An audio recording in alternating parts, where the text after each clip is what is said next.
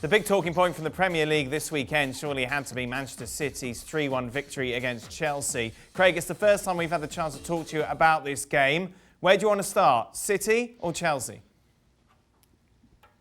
No, I'd start with City because they were magnificent. You know, when you think about the 5 COVID absentees, you think about Aguero still chasing his fitness. They had no natural striker. They had Zach Steffen, the US keeper, making his Premier League debut.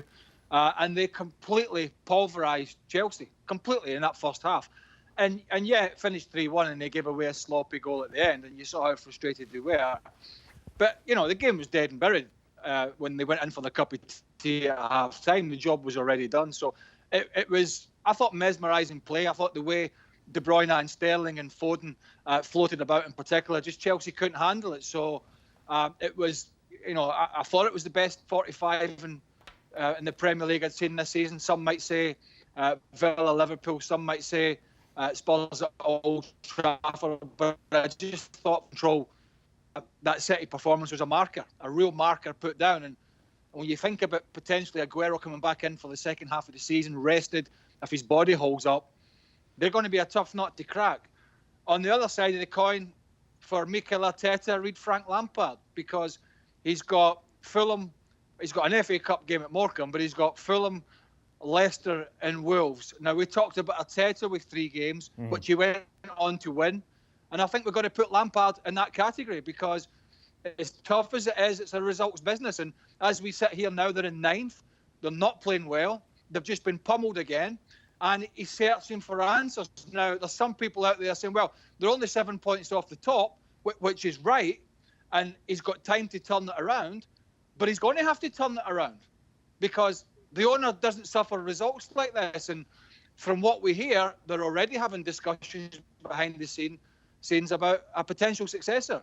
So they're putting those building blocks in play already, which is never a good sign, in case Lampard can't turn it around. I mean, it's as simple as that. He's got January or thereabouts to get results. Otherwise, he could be gone. Don, has he got what it takes? Have we seen enough from Frank Lampard to suggest that, yes, he can turn this ship around? Well, I think he has to be given time, Dan. I mean, there is mitigating circumstances. When you look at the lack of form from Timo Werner and how sort of awful Kai Havertz has been, but COVID is... Isn't that his job, though, Frank? Isn't that the coach's job to get your players performing? No, absolutely right. I mean, listen, when Frank picked his side against Man City, I thought it was bold playing Timo Werner. I looked at the other 10 and I would have picked exactly the same 10. I wouldn't have picked Timo Werner. I would have played Giroud or Tammy Abraham. So he's obviously trying to play Timo Werner from bad form into good form.